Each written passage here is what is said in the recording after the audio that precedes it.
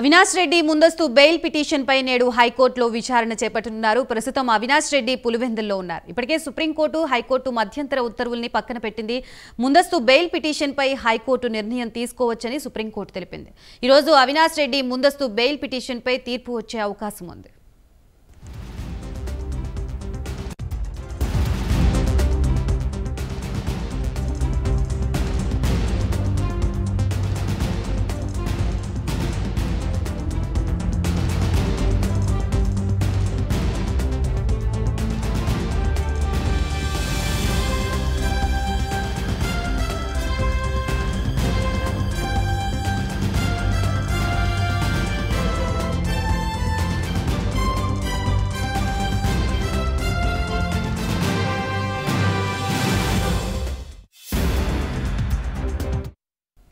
Right, ఇదే అంశానికి సంబంధించి మరింత సమాచారాన్ని మా ప్రతినిధి ఉషా ఫోన్లో అందిస్తారు. ఉషా, చెప్పండి, వైఎస్ వివేకానంద రెడ్డి హత్య కేసుకు సంబంధించి ఈ రోజు అవినాష్ రెడ్డి ముందస్తు బెయిల్ పిటిషన్ పై తీర్పు వచ్చే అవకాశం ఉన్నట్లుగా తెలుస్తోంది. దీనికి సంబంధించి కంప్లీట్ అప్డేట్స్ ఏంటి?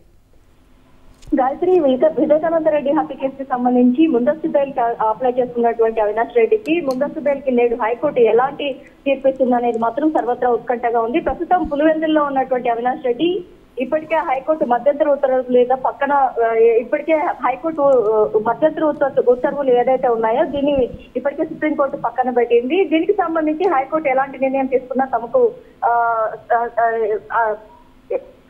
సంబంధం లేదు అన్న రీతిలోనే సుప్రీంకోర్టు పేర్కొనడం జరిగింది. ఇప్పటికే ముందస్తు బెయిల్లో 24వ తేదీ వరకు కూడా అవినాష్ రెడ్డిని అరెస్టు చేయకూడదు అన్న కోణంలోనే సిబిఐకి మాత్రం సూచనలు ఇచ్చింది హైకోర్టు. ప్రస్తుతం ఈ కేసుకి సంబంధించి ఈ రోజు సాయంత్రం లోపు అవినాష్ రెడ్డి బెయిల్ కి సంబంధించి తీర్పు వచ్చే అవకాశం అయితే కనిపిస్తోంది. ప్రస్తుతం అవినాష్ రెడ్డి తరపు న్యాయవాదులు నిన్న హాజరు కాలేదు కాబట్టి ఈ రోజు హాజరవుతారా లేదా, ఈ ముందస్తు బెయిల్ కి సంబంధించి అవినాష్ రెడ్డికి ఎలాంటి తీర్పు వచ్చే అవకాశం ఉంటుంది, సుప్రీంకోర్టు ఇచ్చినటువంటి గైడ్ లైన్స్ ని హైకోర్టు ఎలా ఆచరిస్తుంది అన్న కోణంలో మాత్రం సర్వత్రా అయితే ఉత్కంఠగా ఉందనేసి తెలుస్తోంది. Gayatri, right, thank you for the update Usha.